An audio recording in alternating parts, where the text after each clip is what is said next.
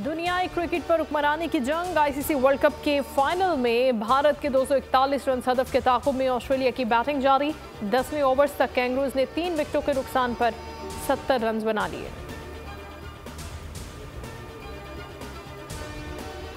शरीक chairman Peoples Party Asif Zardari का election commission पर भरपूर एतमाद का इजहार। कहा मुल्क शफाफ इंतखाबात की तरफ जा रहा है, ताहम इंतखाबात बर वक्त कराने का मुतालबा भी कर दिया।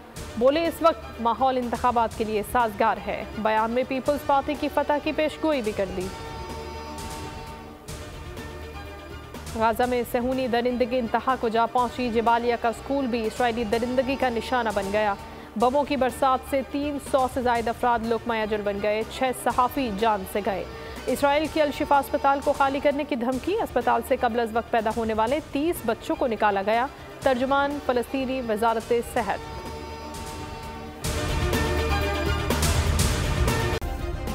सब्सक्राइब करें और बेल दबाएं ताकि कोई खबर रह न जाए।